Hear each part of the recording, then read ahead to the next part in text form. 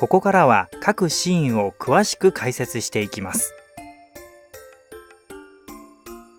まず、医師からご臨終を告げられたら、死亡診断書を受け取ります。死亡診断書は保険適用外なので2000円から5000円かかります。現在では実に 80% 以上の方が病院で亡くなりますが、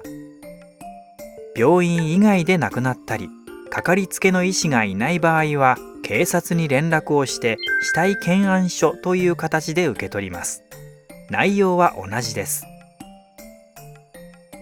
死体検案書は1万円以上かかり、さらに解剖などをした場合5万円から7万円程度かかってきます。この死亡診断書や死体検案書はとても重要です。もしこの書類がないとご遺体の搬送ができず、死亡届も受理されません。また、火葬や納骨の許可も出ません。医師から死亡診断書を受け取ったら、次は限られた近親者へご臨終の連絡をします。この段階ではまだ2親等までの親族と関係の深かった人にのみ連絡します。連絡の内容は誰が、いつ、どのような形で亡くなったのかを伝えます。職場関係などの方にはお葬式のスケジュールが決まってから連絡します。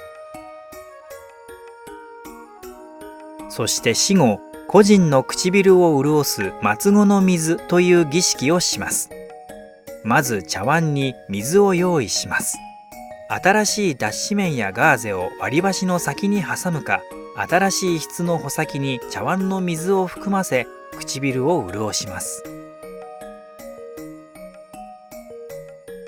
ただし、浄土真宗では行いません。末後の水が終わったら、ご遺体が腐敗しないように湯管やアルコール消毒をして清潔に保存します。最近の都市部では斎場や火葬場が混み合ってお葬式が死後1週間後となることもあります。その場合、長時間ご遺体に当てたドライアイスの影響で皮膚が凍傷やけどになり、痛々しいことがあります。その回避策としてエンバーミングという常温でも長期保存できる遺体衛生保存技術もあります。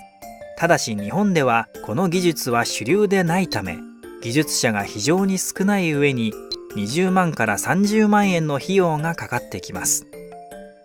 葬儀社によってはエンバーミングができないところもあるので、エンバーミングを希望する際は事前に確認しておかなければいけません。湯管の後は死に装束に着替えさせます。